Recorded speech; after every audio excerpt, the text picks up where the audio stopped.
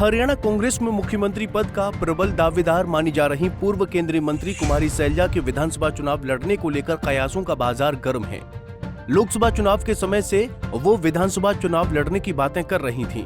हालांकि पिछले दिनों आलाकमान के किसी भी सांसद को विधानसभा चुनाव न लड़ने के फैसले ने उनकी सीएम पद की दावेदारी को जबरदस्त झटका दिया।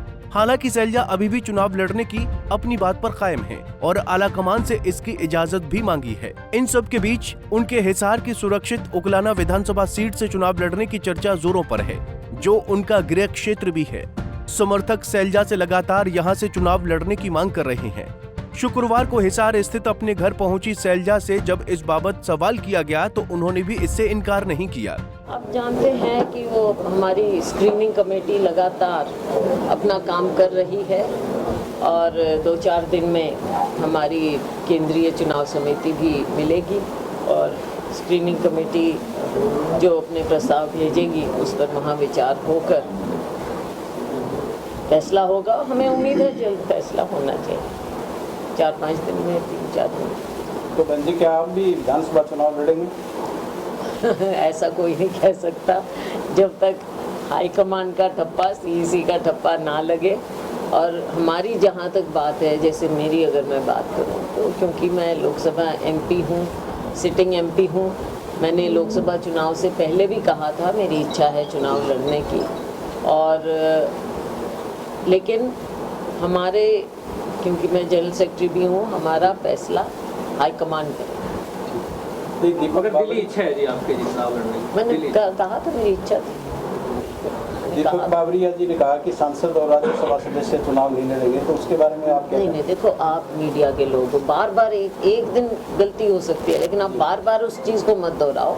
उन्होंने खुद ये कहा कि हाईकमान फैसला करेगी, कुछ केसेस का हाईकमान फैसला करेगी। तो सिर्फ आधी बात नहीं होनी चाहिए, पूरी बात होनी चाहिए। और यही हम कह रहे हैं कि हाईकमान फैसला करेगा हमारा। तारीख को लेकर भी अभी असमंजस है कि 1 तारीख को चुनाव होगा या नहीं होगा। ये वैसे आपने बिल्कुल ठीक कहा, असमंजस की बात है नहीं, लेकिन ये भाजपा की जो सोच है ना, जैसे हम कहते थे यू टर्न, ये विचलित रहते हैं। अब चुनाव आ गया है और विचलित हो गए हैं।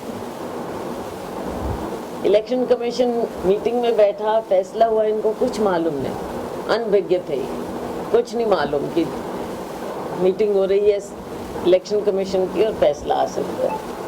उसके बाद पता नहीं किस निद्रा में थे, कुछ दिन बाद जागे, पता चला छुट्टियां हैं और फिर इलेक्शन कमीशन को चिट्ठी लिखी है।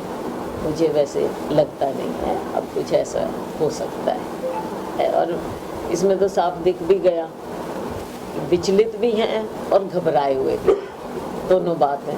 चुनाव को किसी तरह से सोच रहे हैं कि आगे हो जाए, पोस्टपोन हो जाए, क्या हो जाए, तो गंजी लोगों में फर्क नहीं पड़ेगा। गंजी उकलाना हल्के के लिए लोगों में काफी उत्सुकता है जानने के लिए कि वहाँ से कौन कैंडिडेट होगा कांग्रेस का। 90 के 90 हलकों में होती है और ये तो जल्द पता चल। आपका गृह क्षेत्र, देखो, ये स्वाभाविक बात है क्योंकि मेरा गांव वहाँ पर है, मेरा गृह क्षेत्र है, तो वहाँ के लोगों का वैसे तो सब जगह लगाव है, आपने देखा। तो वहाँ के लोगों का एक अलग अपनापन और घर की बात तो होती है, तो उनकी भावनाएं, उनकी भावनाओं की मैं कदर करती हूँ। लेकिन मैं फिर यही दोहराऊंगी कि जो हाईकमान फैसला करेगी मेरे बारे में वो मान्य होगा। शैलजा जी, कांग्रेस बहुमत में आती है तो आप सीएम चेहरा किसे देखते हैं? मैं किसी को नहीं देख सकती, ये तो हाईकमांड ही देखेगा।